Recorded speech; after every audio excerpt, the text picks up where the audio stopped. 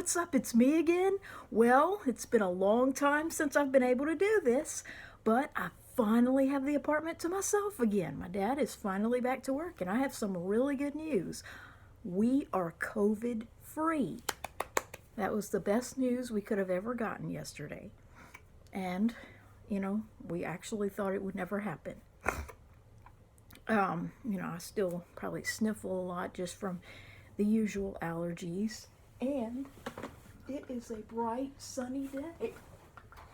I don't know if you can see how bright that is, but it is some kind of bright. That sun, I wish I could be out in it. And guess what? The moon is still out in the daytime. So, that's just what happens, like I said before. The moon, if it is not a full moon, it tends to either be out a little earlier than sunset if it's waxing, or a little into the morning if it's waning. Okay? Only the full moon is out just at night. And that's why, they can use the moon as a symbol for nighttime, but that's only part of the story, The other half of the story is that the moon could not care less whether it's out in the daytime or it's out at night. It's going to orbit the Earth whether it's day or night. And, what causes something to rise and set is just the fact that it is within 6 hours of being straight overhead, which is called like culmination or something like that. So if within 6 hours it is or was straight overhead, then a moon or planet is visible in the sky. So anyway, enough about the moon. I did take some more pictures, and I am slowly learning, how to not let in so much light, which I wish I could do for this video. But, I am just learning slowly but surely how to operate that camera on the phone with my telescope. So, what I'd like to talk about today is a video that I'm going to switch gears a little bit. One thing I never have really talked about, it's not really, well, it's something I've talked about before, but not nearly as much as some of my other subjects. I want to talk about something that was kind of a silver lining, to this whole COVID thing that we've been through, which is really just deja vu to what we went through a year ago, almost to the day, where we just couldn't go anywhere and we were kind of stuck here. And I think the freeze may have happened at the worst possible time, but I am glad I got to see some snow. But to be basically frozen in at a time, when you also are quarantined is just very hard to deal with.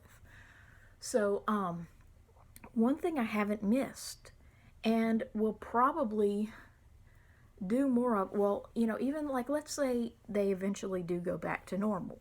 Everything just goes back to the way it was in 2019 by the summer, which is what I'm hoping. Okay, this is just ridiculous to still be, locked down and quarantined and everything like that, over a year since we started hearing about COVID. So basically, one thing that I find is a silver lining, to all this stuff about, staying home and not going to eat out as much, or, only a few places will actually let you dine there, which, I had not been to a restaurant in, 26 or 27 days. Wow. But something that I've discovered, about not eating out, and I'd have to say the biggest inconvenience or the biggest adjustment I've had to make is that when I want fast food, almost every fast food place is no dine-in, okay? If you're lucky, you can have carry-out, which means you go in, you order it, and you take it home. But most of them have just resolved to be a drive-through, and that is so frustrating for someone who still feels like a first-year driver's ed student at 37. I feel like I'm 20 years younger, not only because of my voice, but because of the way I drive. And how I just I just never really gained that confidence, of an adult experienced driver. And so I never have liked drive-throughs because I always have this fear in my mind that I'm going to hit my car, because it's a very delicate balance. Okay, you only have about a few inches between being too far away from the drive-through, and it's hard to reach for your food, or if you get too close, you can scrape your car on a pole. And at nighttime, it is especially hard on me because, my windows are tinted, and, well, I don't wear sunglasses at night, but, it's just very hard on me. And, it's just very frustrating to be, let's see, I've been driving for almost, I want to say 19 years. Wow. Man, does time fly. Since I took driver's ed, it's been 19 years. But I still, like I say, I lack the confidence of an experienced adult behind the wheel. I just feel like I'm still, 15, 16 and getting my permit. I was one of the oldest kids in the class. I felt so embarrassed, to be taking this class with kids that were 3 years younger. It wasn't part of the school curriculum. It was just something that you had to pay for. But I was just totally embarrassed that I was a senior in high school and perhaps the only one. And all these little freshmen were taking the class and they couldn't get their permit right away. But I've just never been a confident driver. And my mom has always tried to make it to where I never had to drive, on freeways and, difficult long distance driving. My dad has also helped me not have to deal with such driving, and I've never really had a job where I had to commute, so I've been fortunate in that way, but I guess I just never gained the experience. So, I've always been afraid of a drive-through because I'm afraid that I will hit my car, or I'm afraid, that they won't be able to hand me my food because I'll be too far away. I'll be one extreme or the other. Spatial awareness is just, not something I'm great at, and I guess, all these idiots that think I could live as a male or that I should be a male are just out of their mind because I don't have the spatial awareness of a male.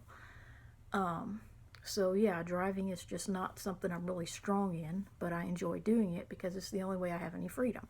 So anyway, I've just never really liked drive-throughs. I've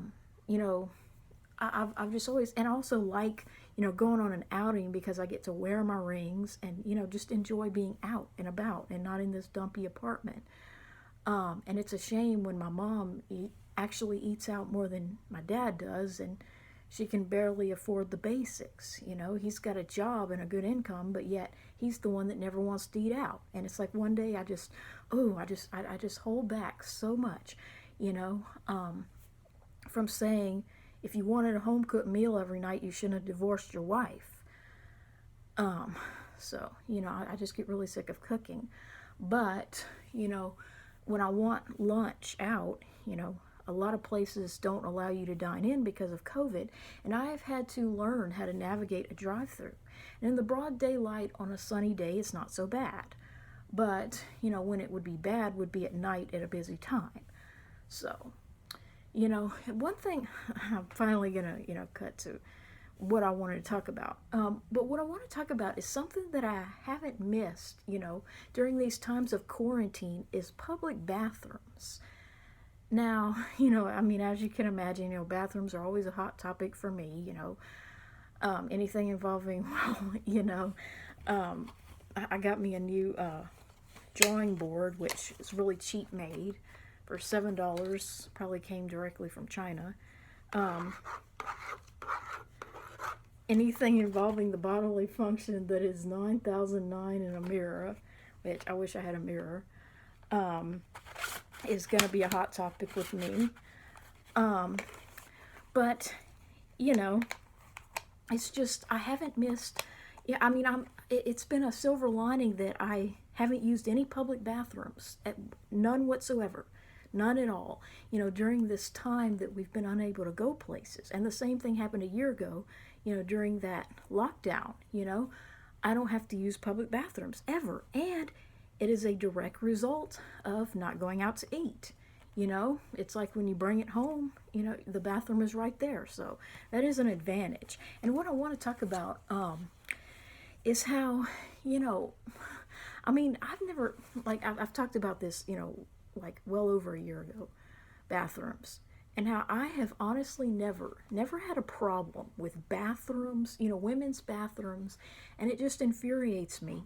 You know, it's like you basically have two extremes on the spectrum. You know, you have two kinds of people. You basically have, you know, the straight women that want to be hyper feminine and pretend, you know, that only half of the world population has a functioning GI tract, and they want to go along with men's belief of that. Or you have the idiot F to M's that think they're every bit as much of a male as my father, you know, just because they wear clothing like this instead of skimpy, you know, trampy looking, whatever the straight girls are wearing. You know, just because they dress like this, you know, they're every bit as male as my father. And that just infuriates me, okay? And they think that they have every bit as much right to use the men's room. And they act like it's some kind of rite of passage, like, oh, it's just so much better than the women's room. Well, my experience has been the exact opposite of that, you know, which I've never used an actual men's room. But, you know, the few times that I've had to use the unisex room, like usually at a crowded place where there's a long line, you know, going to the women's room. And it also infuriates me when people, you know, think that women take longer in the bathroom because they're vain and, you know, they're fixing their makeup. Well, no, that is not the issue at all. Because if that were the case, you know, there wouldn't be a line, because the toilets, you know, the toilets and the mirror have nothing to do with one another. You know, if a woman was putting on her makeup, you know, people could go and use the toilets and that wouldn't be causing the line. The reason is because women have too many damn kids and they bring children of both genders to the bathroom. You know, that's one of the many reasons why I do not advocate early toilet training for boys in particular. You know, thank God I don't have any kids. Thank God I never have to deal with this subject. But if I had a son and a daughter, I would begin, you know, my daughter almost from birth with elimination communication, or EC. Look it up if you don't know what that is. I would begin my daughter, you know, in the first year of her life with toilet training. But then my son, I would wait until he's at least 3.5 to 4, and he can speak complete sentences and do almost everything himself, because I feel like if a boy is old enough to be toilet trained, he is old enough to use the men's room. If he's not old enough to use the men's room, he should stay in a damn diaper. That's just how I feel. You know, men just have too many advantages, you know, for toilet training to be yet another thing that they could do earlier than some girls, okay? And it's infuriating. You know, when I see 1-2-year-old boys being toilet trained, it makes me angry when I see that. However, if I saw a little girl, you know, being put on a potty almost from the time she's born, I wouldn't care. You know, it doesn't bother me whatsoever to see like a 6-month-old little girl, you know, being held over a potty, you know, because it's like, oh, well, girls mature faster. May as well start 2 years earlier than you would with a boy, okay? So, the way I feel, and the reason I feel that way is for the simple reason that moms tend to be the caregivers. And, you know, that's why you have a longer line going to the women's room, because women tend to be the caregivers of young children, and they tend to live older, you know, into their later years. Like, most of the people over 85 are women, you know, for the simple reason that men have a lower life expectancy. So the really old people, you know, that take a long time are mostly women. And also, of course, you know, the way men pee, you know, just enables them to go faster.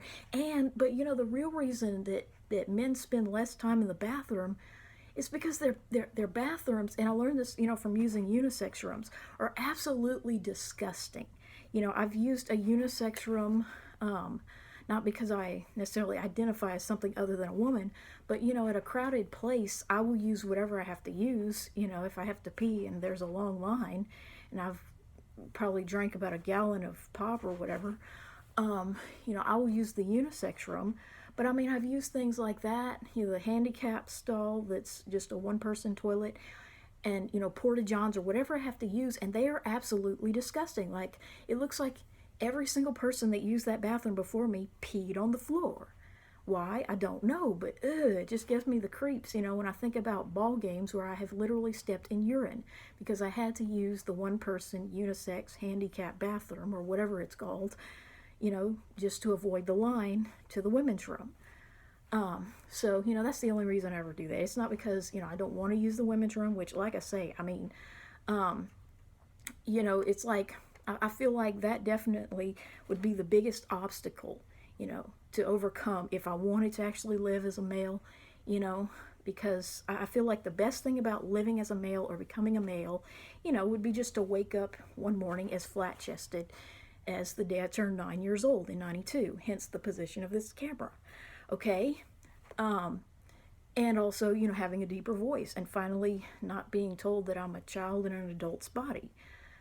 Because I feel like I'm not. I feel like I'm just less mature than the average female because I'm less feminine. And, masculinity and immaturity just go hand in hand. But I'm still not as gross or immature as a real guy. So, it's like, I just get so sick of, not being taken seriously because, I don't do femininity, like a lot of women. But then, of course, I don't have secondary male characteristics because I'm not a male. Okay, but the older I get, it's like, the less I want that because I just naturally am older, and it's like I don't necessarily like I don't need to prove that I'm 37. If you can't do the math and realize that 1983 was almost 38 years ago, and that's how 121 is divisible by 11.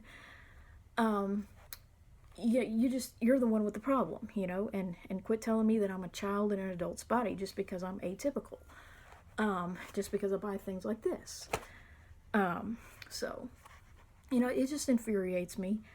The ideas that people have about why the women's bathrooms have longer lines. It is not because, women are putting on makeup. That would not take up a toilet. But what does infuriate me, like I said, there goes a fire truck, is people potty training their damn little boys way too early. Wait, like before they can be independent in the men's room.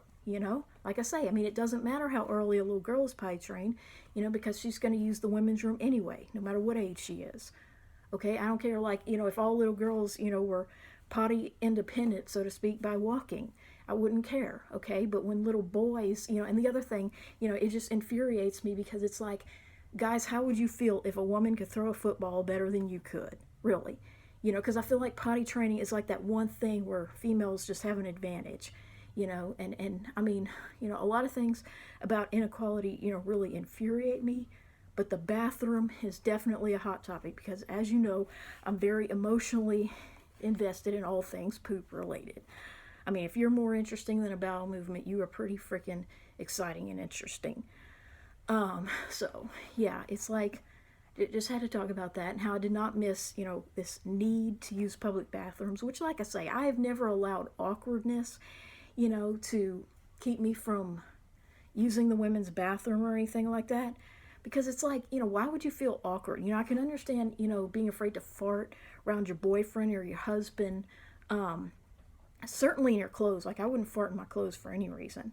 And we all know why. I'm definitely afraid of, sharding.